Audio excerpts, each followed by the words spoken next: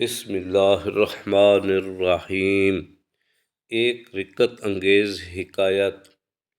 حضرت عبداللہ حسین علیہ رحمہ فرماتے ہیں، میرے پاس ایک کنیز تھی۔ میں نے آدھی رات گزرنے پر دیکھا کہ سجدے میں پڑی کہہ رہی ہے، یا الہی، میرے ساتھ جو تجھ کو محبت ہے اس کے وسیلے سے میری مغفرت فرما دے۔ میں نے کہا، یوں نہ کہو، بلکہ یوں کہو کہ مجھ کو تیرے ساتھ محبت ہے۔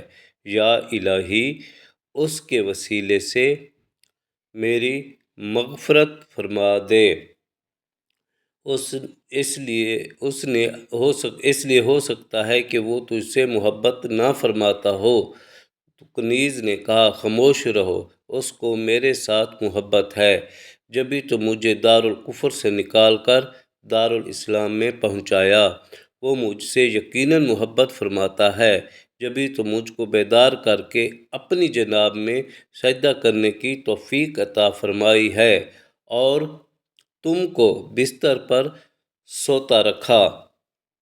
حضرت عبداللہ حسین علیہ رحمہ فرماتے ہیں کہ اس گفتگو سے متاثر ہو کر میں نے اس سے کہا، اللہ جل جلالہ کے لیے میں نے تم کو آزاد کیا۔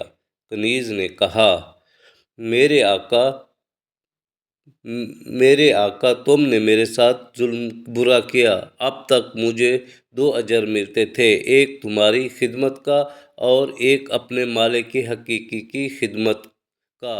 اب ایک ہی رہ گیا ہے۔ یہ کہہ کر اس کنیز نے چیخ مار کر کہا، میرے مجازی مالک کی جانب سے آزادی ہے، حقیقی مالک کی جانب سے آزادی کیسی ہوگی؟ پھر زمین پر گری اور اس کی روح قفس عنصری سے پرواز کر گئی۔